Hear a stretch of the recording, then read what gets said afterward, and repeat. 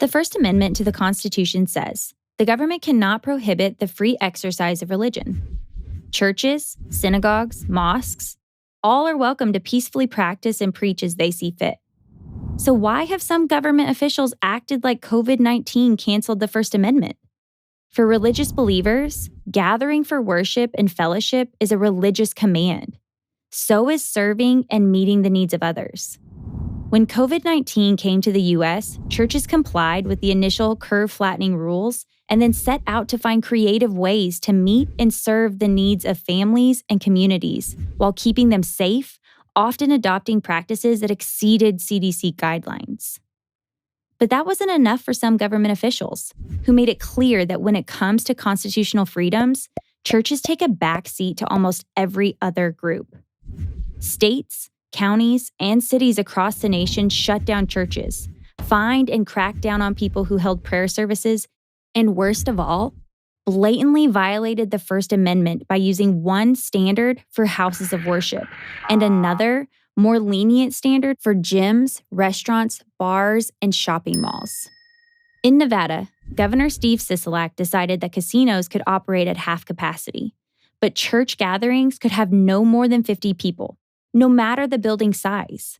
So a casino that holds 2,000 people on its gaming floor could welcome 1,000 people to gamble, while a church the same size could welcome just 50 to worship. Although the U.S. Supreme Court denied an emergency application to halt the law, Justice Samuel Alito's dissent perfectly captured the absurdity. The Constitution guarantees the free exercise of religion, Justice Alito wrote. It says nothing about the freedom to play craps or blackjack, to feed tokens into a slot machine, or to engage in any other game of chance. This same sort of discrimination against churches also took place in Kansas, where Governor Laura Kelly decided, just 5 days before Easter, that churches could only meet in groups of up to 10 congregants. But bars, restaurants, shopping malls, and libraries were safe gathering places. Also during Holy Week, a town in Mississippi sent teams of police officers to bust up a drive-in church service, handing out $500 per person fines for church members who were sitting in a church parking lot with their windows rolled up. While that was happening, the Sonic just down the street was continuing its car window and drive-in services.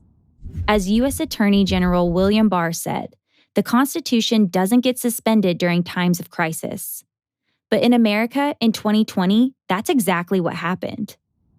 In response, Alliance Defending Freedom took legal action well over a dozen times, scoring 14 victories for churches and religious ministries whose governments engaged in blatant religious discrimination.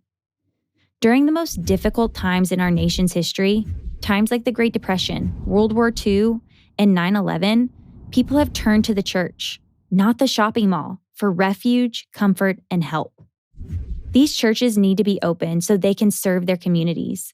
They need to be open to mourn those who died. They need to supply food for those who lost their job.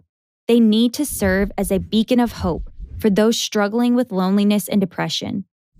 A pandemic shows how important, how essential the church really is. It also reveals a truth, that the nature of government is that every time it flexes a muscle, it gets stronger. Do you really want to give politicians and public health bureaucrats the power to tell you when and how you can and can't practice your religion? The history of nations shows us why giving the government that type of power, for any reason, is something no society should ever gamble with.